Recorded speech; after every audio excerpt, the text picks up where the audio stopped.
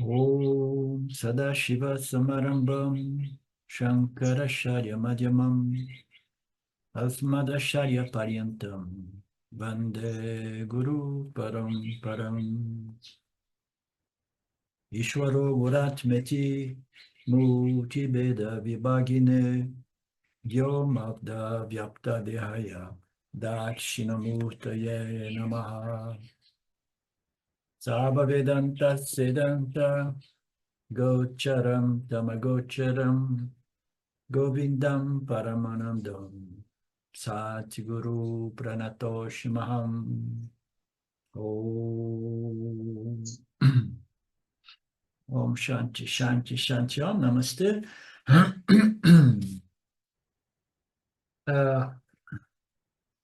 Arquivo versos 20 a 24, capítulo 10, a beleza do Gita. Arjuna pediu ao Senhor, como nós estamos vendo, né, neste capítulo 10, no finalzinho, né, na parte final dele, né, no meio para o final, pede para ele descrever as suas glórias, né?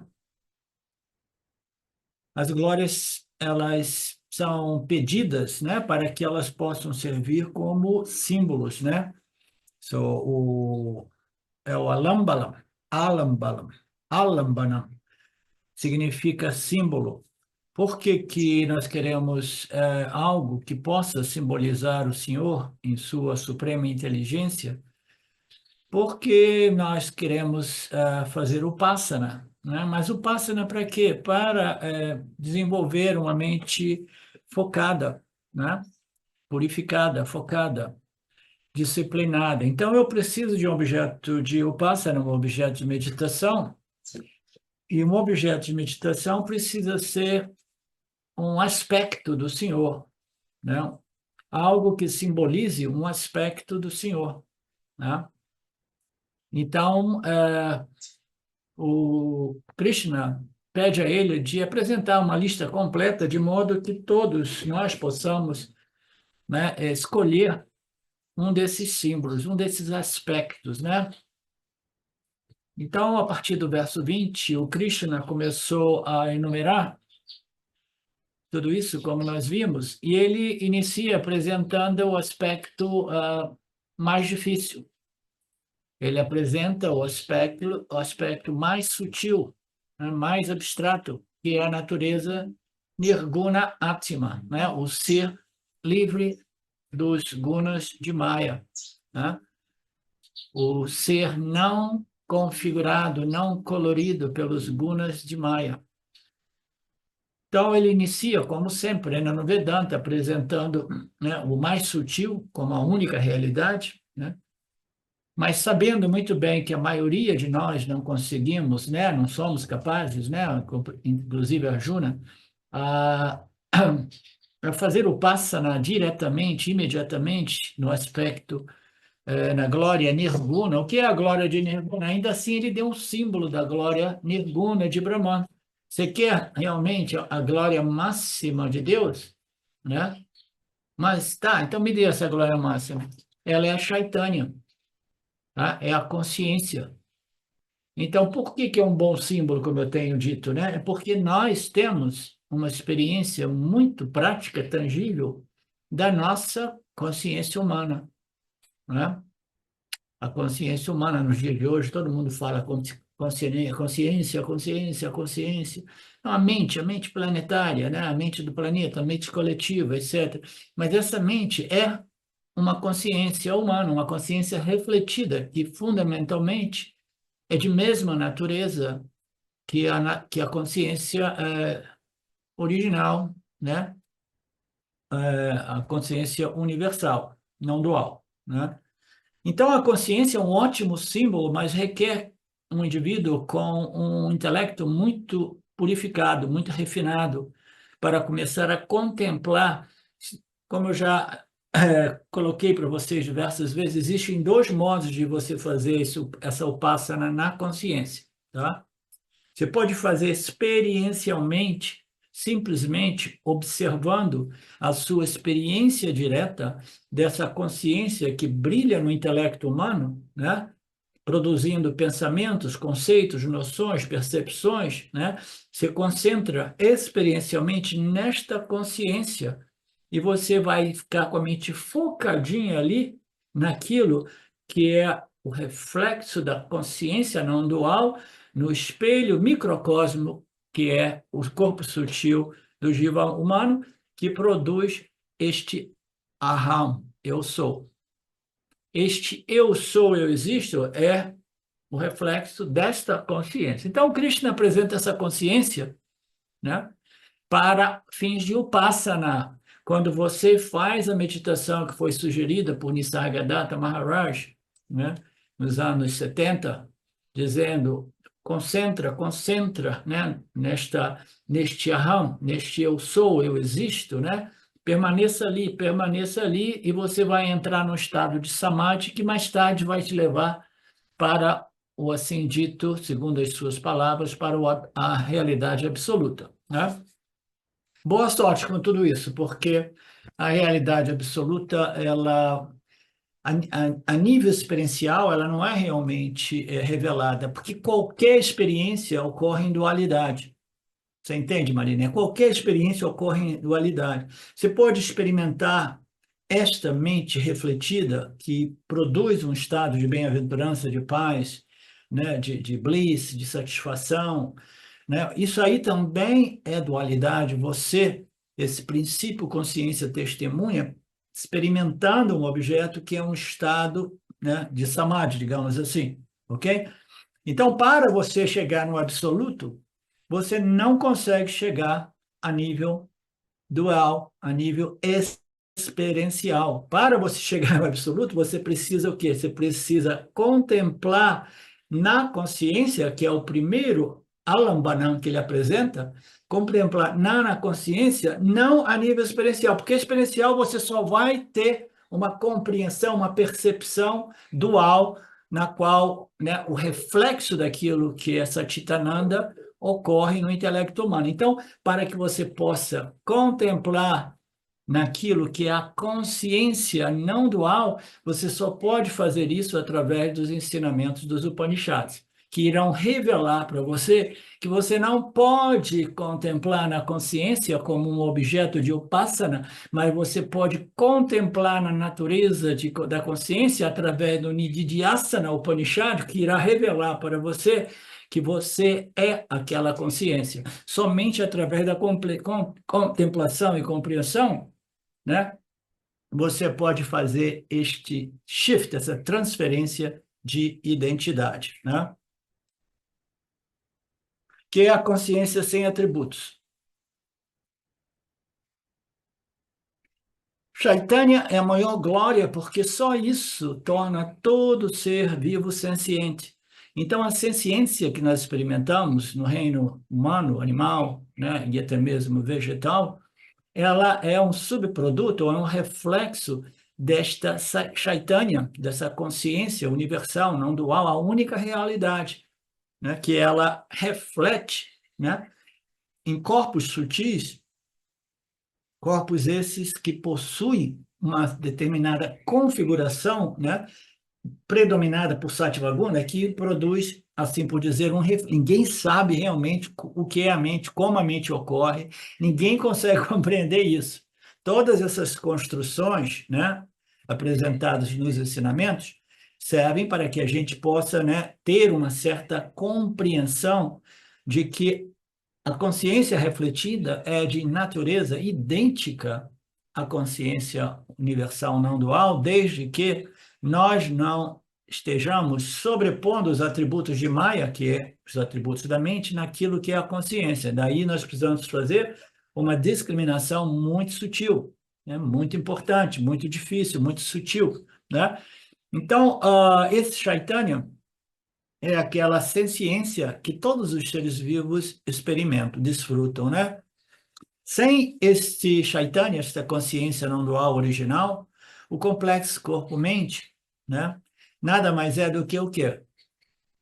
Ele é simplesmente o corpo estendido no chão. Vocês lembram daquela música? Tá lá um corpo estendido no chão. Eu jamais esqueço essa música, não sei por quê. Toda vez que eu via um defunto morto nos asfaltos do Brasil, eu lembrava da música. Tá lá um corpo estendido no chão. Em outras palavras, o corpo nada mais é do que matéria inerte. Se a consciência, né, que permeia e vivifica e anima esse corpo, se ela é interrompido acesso a esse corpo, como é que ela interrompe o acesso a esse corpo? É o corpo sutil. O corpo sutil, quando vê que o equipamento, que o instrumento, a experiência está velho e está já cheio de problema, ele quer sair fora de lá, entendeu? Eu falei, não, eu não vou ficar em associação com gente velha, né? Eu vou sair fora daqui porque não somente é uma pessoa velha, mas é uma pessoa, né, muito burrinha, digamos assim, né? Um samsari daqueles mais samsaris possíveis, né? Então ele quer sair de lá, né? Aí a consciência perde aquela conexão, o agente, né? Que é o corpo sutil que vivifica o corpo físico, mas abençoado pela consciência original, né? Então, a natureza do corpo físico, como também até mesmo do corpo sutil, é matéria e energia, portanto, é inerte, é insenciente, né? A única fonte de senciência de Chaitanya vem da consciência, que, a propósito, é a natureza de tudo e de todos, é a nossa própria natureza, que é o objetivo deste processo vedântico, né? É a única e a última realidade. Todas as outras glórias do Senhor serão também enumeradas. Todas elas não são, né, simplesmente a fonte original de glória, mas elas são fontes secundárias de glória. Por quê? Porque elas nascem de Maya e Shwara. Maya e Shwara, no momento que eles pegam os gunas, né, e sobrepõem nesta consciência universal original, no Chaitanya, quando eles fazem isso, aí você tem esse grande Lord, o Criador, o sustentador e o destruidor do cosmos, né? Então, Maheshwara, ele vai começar a relatar agora as outras glórias do Senhor que já são subprodutos de Maheshwara, ok? É o Vyavaharika Satyam, né? Essa realidade fenomenal, toda ela a partir do quê? Das construções obtidas através dos gunas de Maya. A primeira construção é o quê? O ser, a inteligência suprema, que irá, né, fazer esse coquetel de misturas das energias para produzir os elementos primários e assim, né, começar a dividir, recombinar e combinar, criando uma infinidade de outros elementos até, né, manifestar esta ordem aparente, né, estruturada de modo incrivelmente inteligente. Então, o primeiro, o Senhor Krishna enumera Paramartika Vibhus, a glórias da manifestação da ordem superior, que é Satya, que é Chaitanya. Não somente Chaitanya, mas é também Sat, a única realidade, aquilo que é a existência que concede existência a tudo. E depois disso, todas as Vyavaharikas, Vibhutis, as glórias da manifestação da ordem inferior, né, também serão apresentadas de modo bastante extensivo, né, ou extenso. É extenso ou extensivo, Marcelo?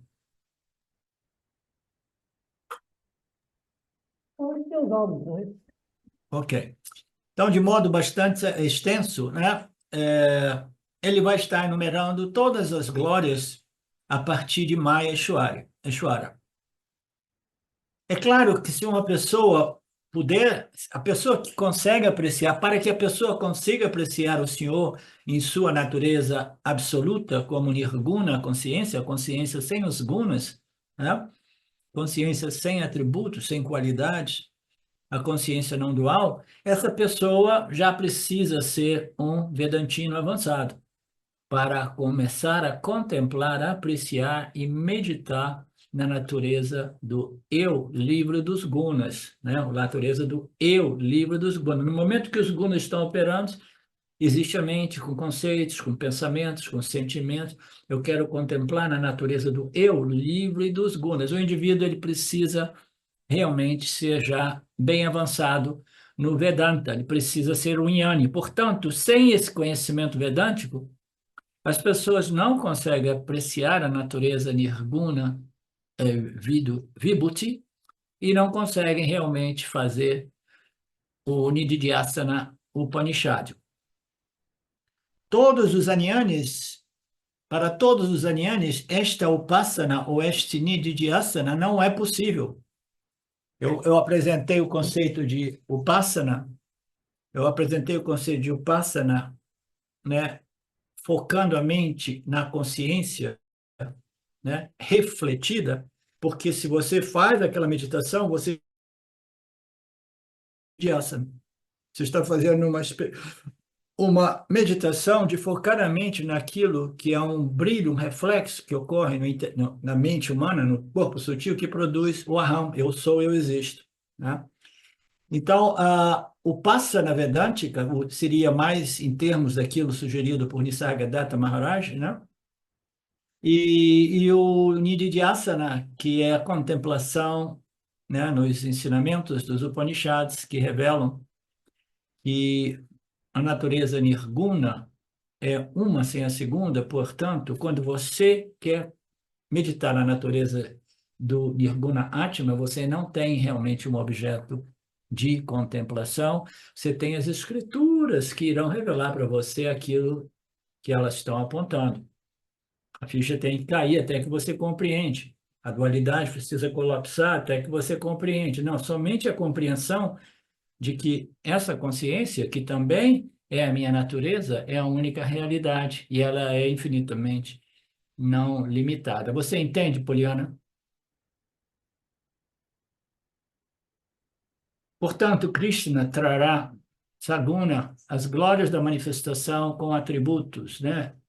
Da segunda linha em diante, eu espero que vocês não fiquem cansados. O Marcelo fez, fez uma tradução difícil, porque tem tantos conceitos dos Puranas, né? Eu imagino que tenha dado trabalho, né, Marcelo? Pesquisa e etc.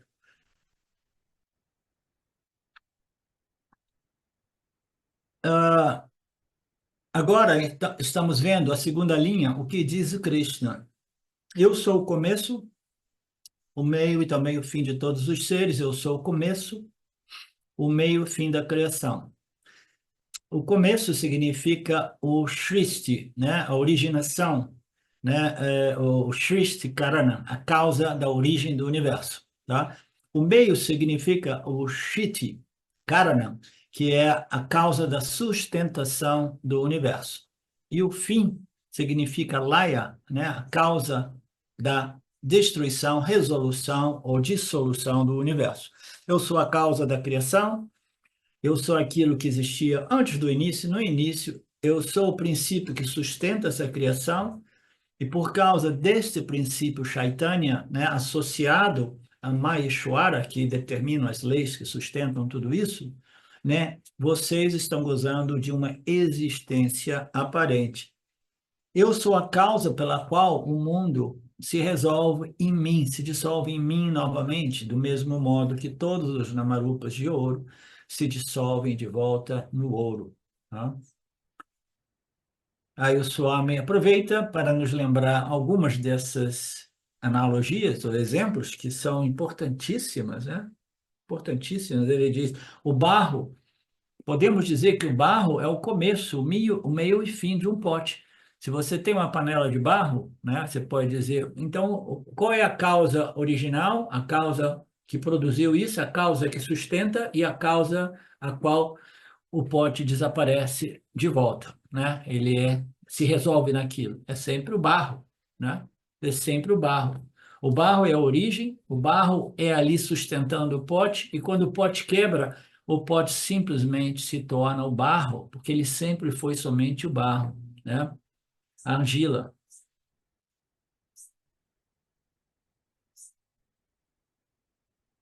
Você está manuseando a panela de barro? Lembre-se que simplesmente a única realidade é o barro. O barro existia antes da criação da panela. O barro existe durante, e o barro existe quando a panela cai no chão, quebra, e pedacinhos né? Aí você colhe os pedacinhos, você vê, não, não vai dar para colar, e não faz sentido, é uma panela. Você joga de volta, né, no lixo, aí ela se dissolve de volta nos elementos, né? Constituída principalmente por argila, né? Portanto, Karana, que é a causa, existe no passado, no presente e futuro, né?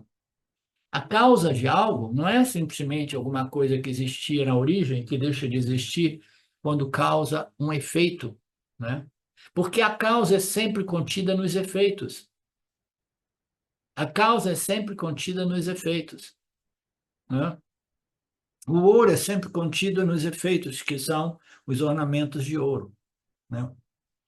Então, esta causa é contida tanto na origem quanto no efeito e como também na resolução dos efeitos, quando os namarupas são dissolvidos. A causa, que é a natureza intrínseca fundamental daquilo, ela jamais pode ser destruída.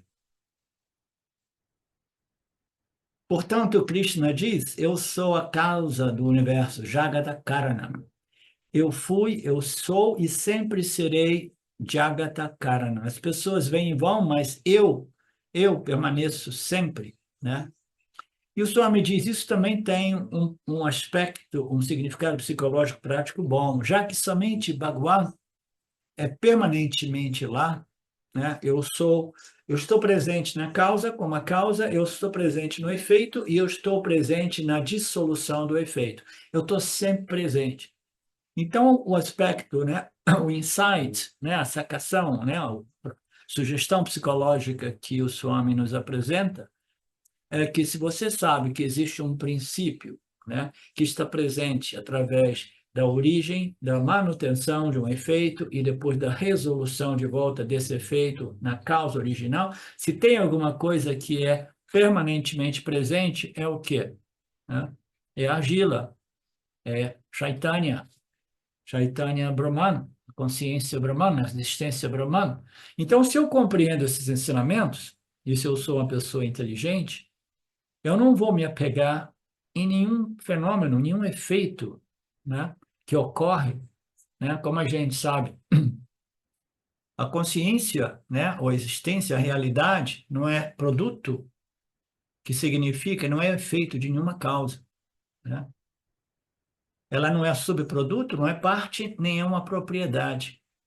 Ela é uma causa que aparece como uma infinidade de namarupas que pertence a uma ordem aparente chamada Mitya, produzida por Maya Ishvara. Só existe realmente a causa, fundamentalmente. Mas dentro do âmbito desses ensinamentos aqui, dessa passagem, a gente diz que os efeitos são os namarupas, eles são fundamentalmente ouro, todos os ornamentos são ouro, né? Os ornamentos são reais? Eles são disponíveis como aparência, como nome e como forma e como experiência, mas fundamentalmente eles não possuem uma natureza intrínseca autocontida, eles dependem do ouro. Realidade é aquilo que é sempre presente, livre e independente de um outro princípio. O fogo, a natureza do fogo é o calor. O calor é sempre presente no fogo e ele não precisa de nenhuma outra fonte de calor para que ele possa ser originado como fogo quente. É a natureza intrínseca de algo, daquilo que é sempre presente. Então, do ponto de vista prático, né, é melhor a gente não ficar apegado a esses efeitos que ocorrem, porque eles permanecem ali por um período de tempo, como o nosso corpo físico, né? É um efeito do poder de Maya Ishvara. Nós obtemos um corpo físico, né, segundo as nossas escrituras, né, desenhado, construído exatamente segundo os nossos méritos kármicos, né? E a gente, né, fica, putz, a minha existência depende desse corpo. Aí o Vedanta chega, não, não, a existência não é parte, nem produto, nem propriedade do corpo físico. A consciência, ela é livre e independente, o corpo físico ocorre dentro do âmbito da consciência.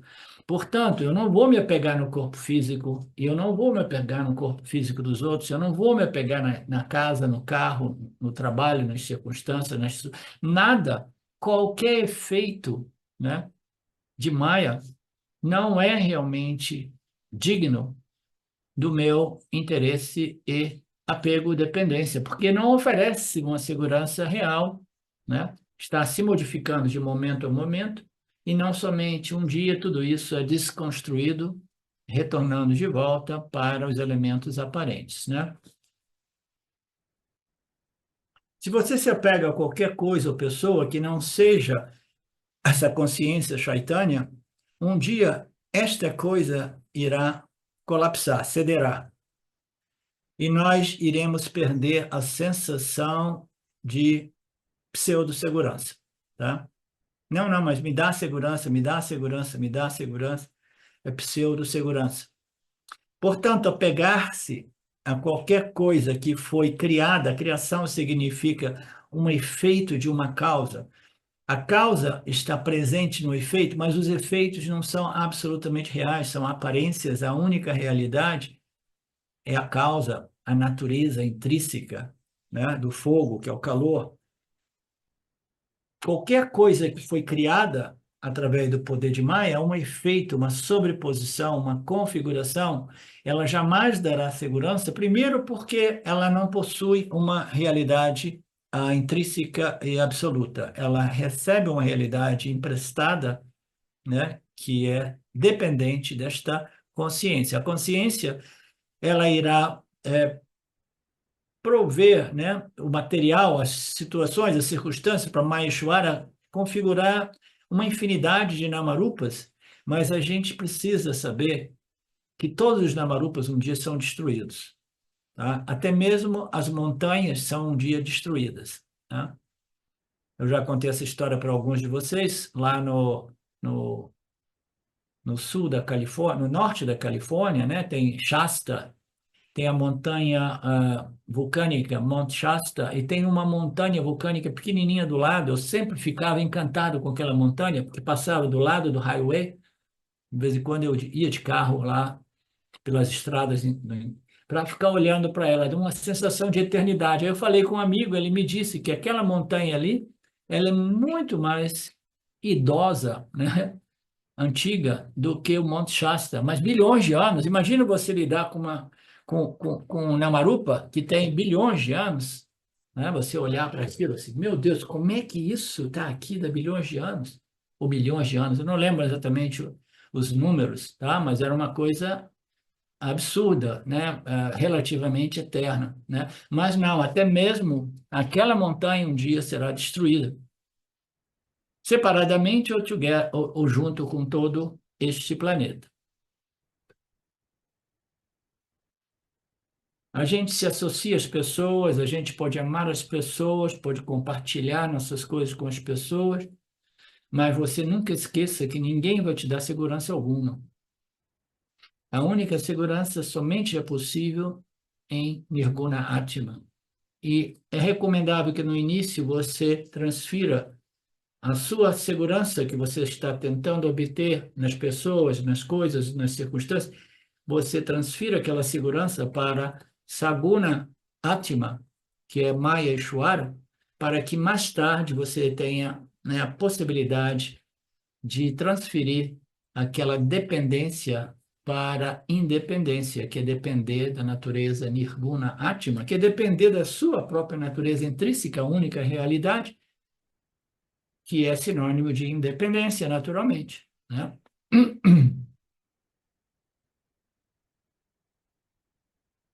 Os gatos, os cachorros, os maridos, os namorados, ninguém oferece nenhuma segurança.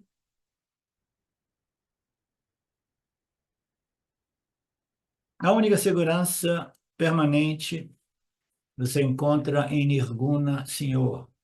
Este é o treinamento fundamentado proposto pelo Vedanta.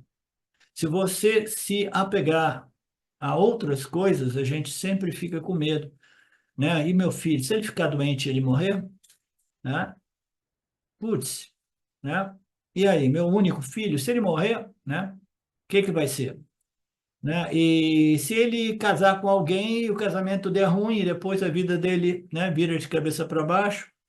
Então, se a gente permanece investido, e muitas vezes é a nível muito sutil, é inconsciente, esses apegos, eles se estabelecem a nível subconsciente, muitas vezes, entendeu?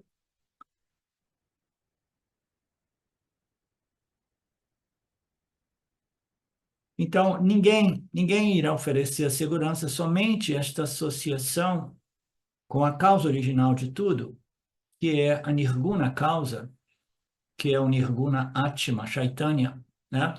A âncora do navio é somente Nirguna Atma. Se você precisa de uma âncora, a âncora aqui é símbolo de segurança. Quando, né, as coisas no oceano se tornam muito desafiadoras, né, as pessoas jogam a âncora do navio, né, para dar uma firmeza, né, uma estabilidade, né, para que o navio não comece a ir por aí em todos os cantos, né, sejam jogado contra as rochas, né, etc., né? Então, o que é essa âncora? É Nirguna Atma, a origem da causa inicial, a origem da causa intermediária da sustentação e a origem da causa final, aquilo que causa dissolução ou resolução. Bhutanam, de todas as coisas e seres, né? Este princípio, esta origem da causa, esta causa intermediária, causa sustentação, né? De todos os seres, né? É o Nirguna Brahman.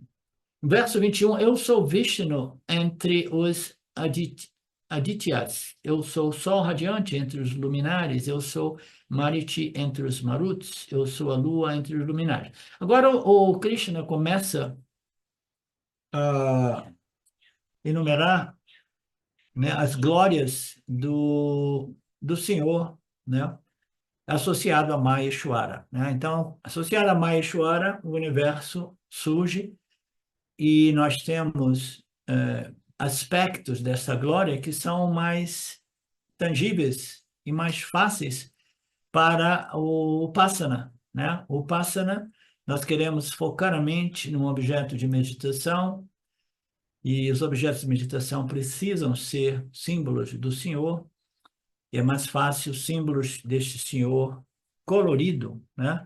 Ou configurado pelos gunas de Maya, né? Com as suas qualidades, propriedades e atributos, né? Então agora ele começa a enumerar as glórias mais tangíveis do Senhor, né? Como o sol, eu sou o sol radiante entre todos os luminares. Então, quando a gente, né, quer ver o céu, nós encontramos o que é descrito como luminares nas escrituras, luminares, né?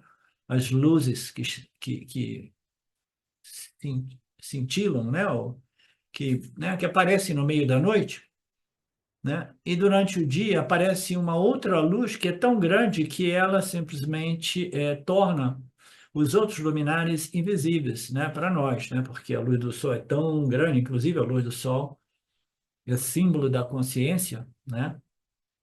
Que ela simplesmente, ela em sua glória, né? Ela faz de modo que a gente não tenha nenhum interesse em nada que dependa da escuridão, que é símbolo da ignorância, né? Eu sou Vishnu entre os Adityas, Adityas. Eu sou o sol radiante entre os luminares, eu sou Mariti entre Maruts, eu sou a lua. Entre os luminares, eu sou a lua, né? No meio da noite, né? Então, vamos ver o que o Swamiji nos oferece aqui. Krishna enumera várias coisas da criação que são conhecidas por todos nós. Krishna diz que todas essas coisas gloriosas da criação nada mais são do que a glória de Nirguna Brahman manifesta através do poder de Maya e Shwara. Tá? E qual é a primeira coisa que Krishna enumera? Ele enumera Vishnu, Adityanamaham, Vishnu. Eu sou Vishnu entre os Adyatyas, né? E durante a enumeração, algumas delas são Lokika Vibhutis, glórias ordinárias. As glórias que estão sendo obtidas neste mundo, Iha Loka Vibhutis, mas muitas outras são baseadas em Puranas e entre outras escrituras, tá? Então, o primeiro ponto que eu quero ressaltar aqui é que o restante deste arquivo é baseado em textos purânicos, onde existe muito simbolismo que pertence a uma cultura que eu não conheço, que é a cultura hindu védica, que somente a pessoa que viveu muito tempo lá ou que permaneceu, nasceu lá, eles conhecem as nuances dessas histórias, tá?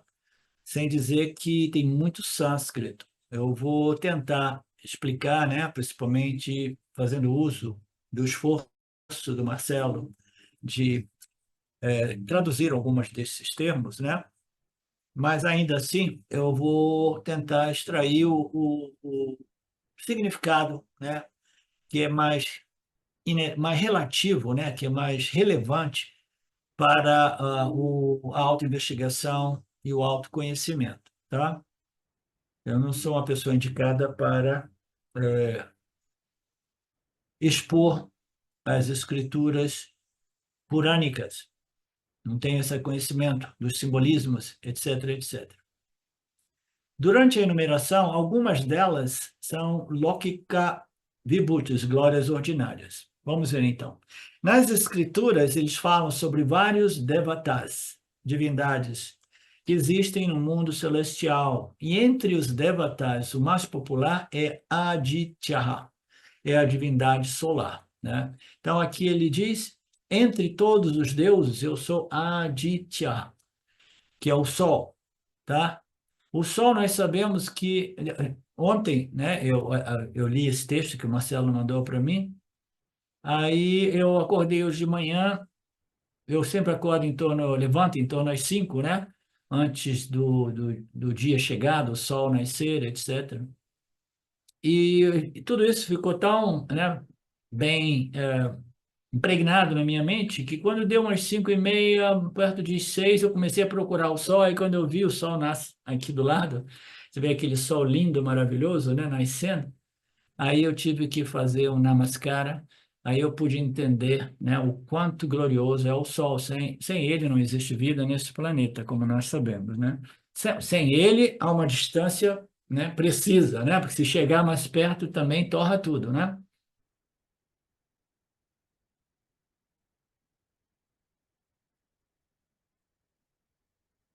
Portanto, ele diz, entre essas glórias manifestas através do poder de Maheshwara, né? Eu sou o Sol, a divindade solar, Dasa Aditya. Existem 12 divindades filhas de Aditi. E eles dizem que essas 12, né, divindades solares, né, são devatas, são deuses celestiais. Eles chamam de as 12 faces do Deus Sol. Então, a dificuldade, né, nessa cultura védica hindu é que não somente eles extraem os elementos e essas forças da natureza, né, como símbolo, mas eles começam até a elaborar de tal modo que vão desdobrando, vão criando uma infinidade de subdivindades, né, que contidas numa simples divindade. Então, a divindade solar, ela diz que, na verdade, elas são divididas em 12 deuses celestiais, que é considerado as 12 faces do céu, do Sol. Né? E por que essas 12 faces do Sol? É tudo lindo, é tudo maravilhosamente lindo. Vale a pena a gente perder um tempo, né? Não somente porque o Marcelo teve muito trabalho, mas porque tudo isso é muito lindo também, porque tem uma lógica elegante, bacana. Então, esse Sol tem 12 faces, por quê? Porque no nosso calendário nós temos 12 meses.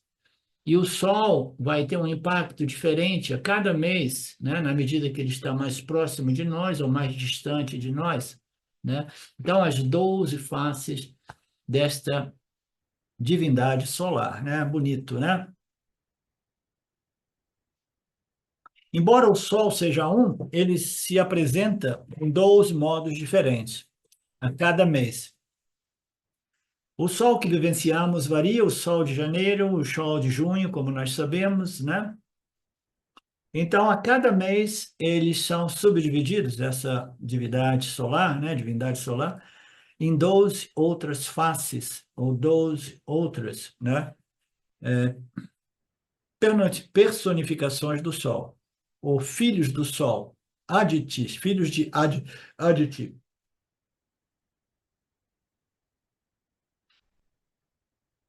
Então, aqui ele fala disso, né? Representa os devatas, são considerados devatas importantes. Eles enumeram 33 devatas. Portanto, representam as devatas que presidem os 12 sóis. E elas são consideradas devatas importantes. Elas enumeram 33 devatas principais. São as 12 divindades solares, né? 11 epítetos na forma de Shiva, né? 8 divindades dos elementos materiais, como nós os conhecemos. 12 e 11, portanto, 12 faces da divindade celeste solar, 11 Rudras, né? Que são faces de Shiva, né? Shiva é um aspecto de Ishvara, né? Que aqui é subdividido em 11 Rudras, né? São diferentes faces, ou formas, ou aspectos. E 8 Vusas, Rudas. Então, são esses conceitos que, como eu disse, né? Eu não tenho familiaridade, mas que eles são bonitos, nos permite compreender melhor o aspecto do Vedakanda, do Vedanta, dos Vedas, né? A primeira parte dos Vedas, onde existem essas menções, né? Porque o Vedanta não trata de nada disso, de jeito nenhum. O que trata um pouco disso, desses aspectos, né, dos Vedas, é o Gita, Bhagavad Gita. E o Krishna, o Swamiji vai dizer, olha, esses Purana, esse Purana, essa história que aparece neste Purana e outros Puranas, vai aparecer de novo referência a essa história nos próximos versos. Eu não tenho como não explicar um pouco as histórias desses Puranas, né? Então, nós estamos vendo algo que ocorre, né, como uma exceção e só aparece em algumas passagens do Gita, porque o Gita é o quê? É uma síntese dos Vedas. E os Vedas, né, eles têm até mesmo, né, esses Puranas, né, essas histórias purânicas, né, que explicam essas lokas celestiais e as leis, os princípios, né? E tem muita mitologia também. O Swami vai dizer isso, tem muita mitologia, etc, etc. Mas tem uma beleza, tem uma riqueza em tudo isso, tem uma sofisticação, uma elegância, tá?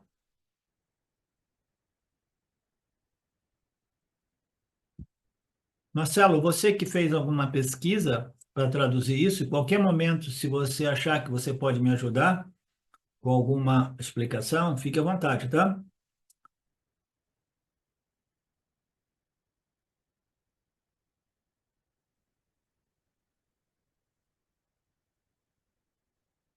Então, isso principalmente para aquelas pessoas que viveram nesse conceito, né, védico, nessa cultura védica, que elas compreendem, né, seguiram o karma cândido védico, né? Então, elas conhecem essa repetição desses aspectos de Nirguna, Deus, aparecendo simbolizado por tudo isso, né? Ali existe a seção dos rituais, dos sacrifícios, das cerimônias realizados por Brahmins para obter benefícios materiais. Como eu costumo dizer, né, é um fato de que nada disso é muito relevante para a autoinvestigação e autoconhecimento, né? É baseado no fato de que Vedanta não tem nada a ver com cerimônias e rituais védicos, né? Rituais e cerimônias védicas, elas servem para preparar a mente para entrar no Vedanta. Então, mas as pessoas que vivem nesse contexto védico, fizeram tudo isso, elas conhecem esses grupos de devatas, tá? Então, se você adicionar, você vai obter 12 mais 8 é igual a 20 mais 11, 31. Tem 31 divindades. Mas Prapati, juntas fazem 33 devatas. Então, esses são considerados devatas principais. Os rituais, eles são sempre feitos, né, em reverência, são oblações feitas para esses 33 deuses principais. Portanto, eles são chamados divindades do local de sacrifício. Sacrifício aqui significa sadhana, significa rituais, entendeu? Você tem que oferecer uma coisa antes de pedir alguma coisa, né? E elas são bem conhecidas no setor do Karma Kanda dos Vedas e nos textos purânicos, tá? Então, no Karma Kanda dos Vedas, eles fazem menções a essas divindades, a essas pequenas histórias, sejam elas mitológicas ou simbólicas, né? E os Puranas, principalmente, eles, né, fazem essas histórias ainda mais atraentes, personificando todo o pessoal, etc., né?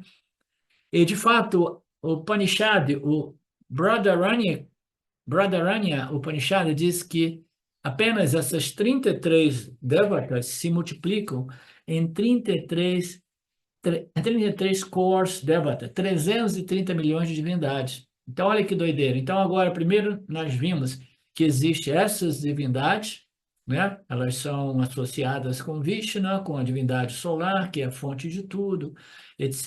E depois outros princípios ali. E depois nós temos 33 aí no Bradharanya, o Upanishad é dito, olha, mas essas 33 divindades elas se tornam 330 milhões, né? E você vai conhecer isso se você se tornar uma pessoa, uma hindu, né?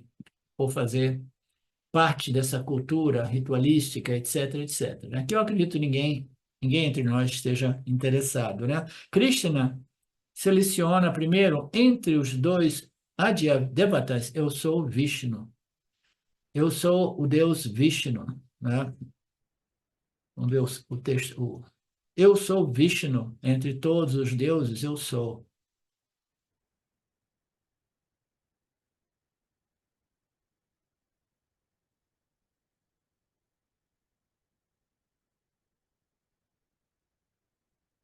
Ok. E por que esses devatas são chamados de Adityas? Porque, de acordo com os Puranas, todas elas nasceram de Aditi, que é o nome da sua mãe, né? Aditi, Aditi Putra.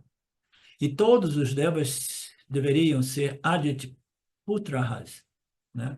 E entre elas eu sou Vishnu, né? Então, a mãe de tudo isso aqui é o quê?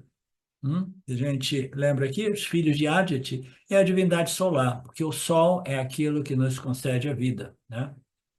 Em associação à água também. A água deve ser um subproduto desta divindade solar.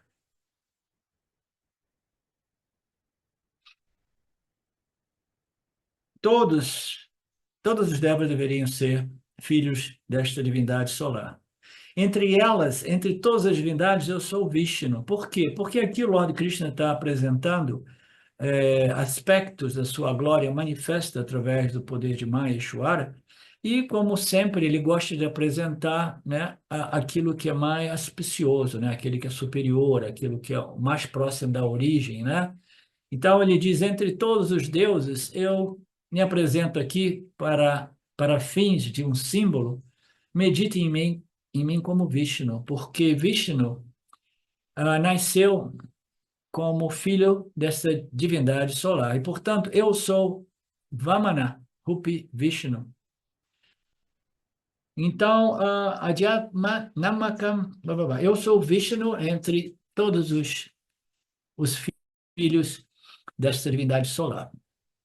E o Swami diz assim, atenção, tudo isso é baseado em mitologia, tá? Mas, como eu disse, é bonito, é elegante. Eu sou o sol radiante entre os luminares. Entre os luminares significa, né, essas luzes no céu durante a noite. São estrelas, planetas e, naturalmente, o sol. Quando ele aparece, ele simplesmente é uma força tão potente que todas as outras, né, outros luminares desaparecem, né? Eu sou o Deus Sol, portanto, porque eu sou o cara, eu sou o mais potente, eu sou o mais auspicioso, né? Entre todos os luminares, eu sou o Sol.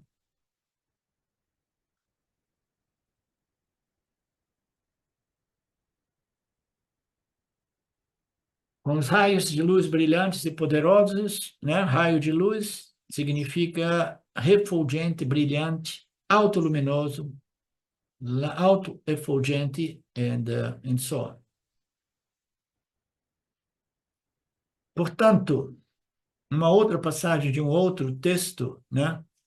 Diz: adore o Deus Sol, pois ele é o governante dos mundos, é o Senhor do universo, que é coroado com raios refulgentes. Olha que simbolismo lindo, maravilhoso, né? A coroa, né? Coroada com raios, né?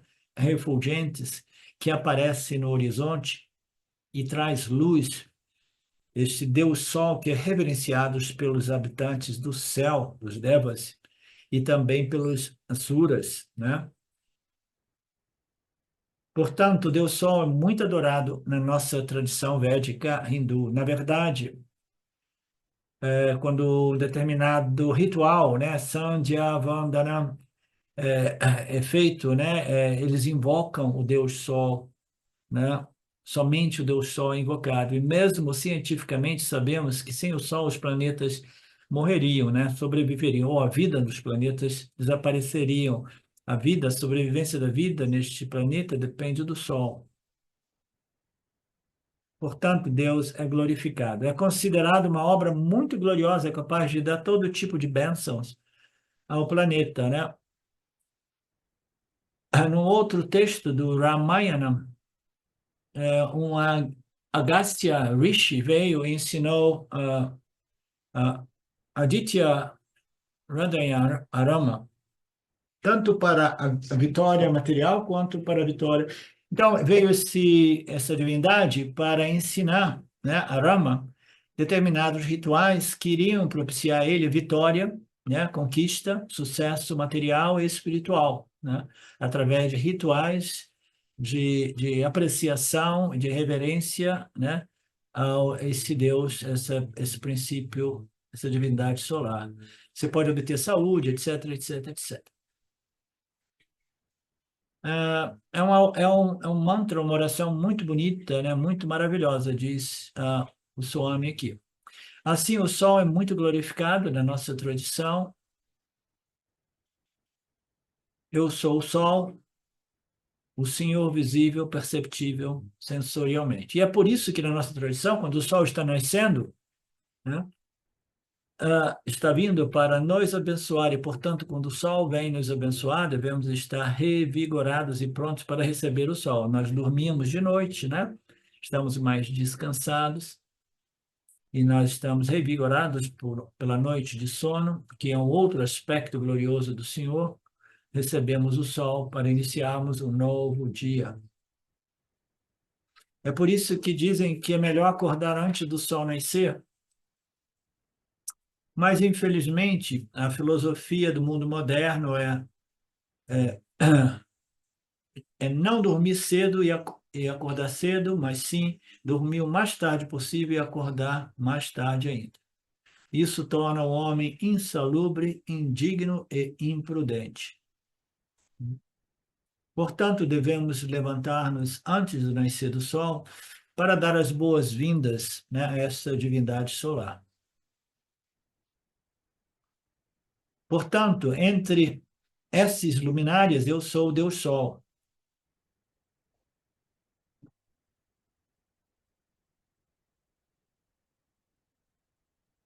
Ok, vamos lá fazer uma pausa de 10 e a gente já volta aí. Om Purnamada Purnamidam Purnamudachyate Purnasya Purnamadaya Purnameva Vashishyate Om Shanti Shanti Shanti Om Namaste.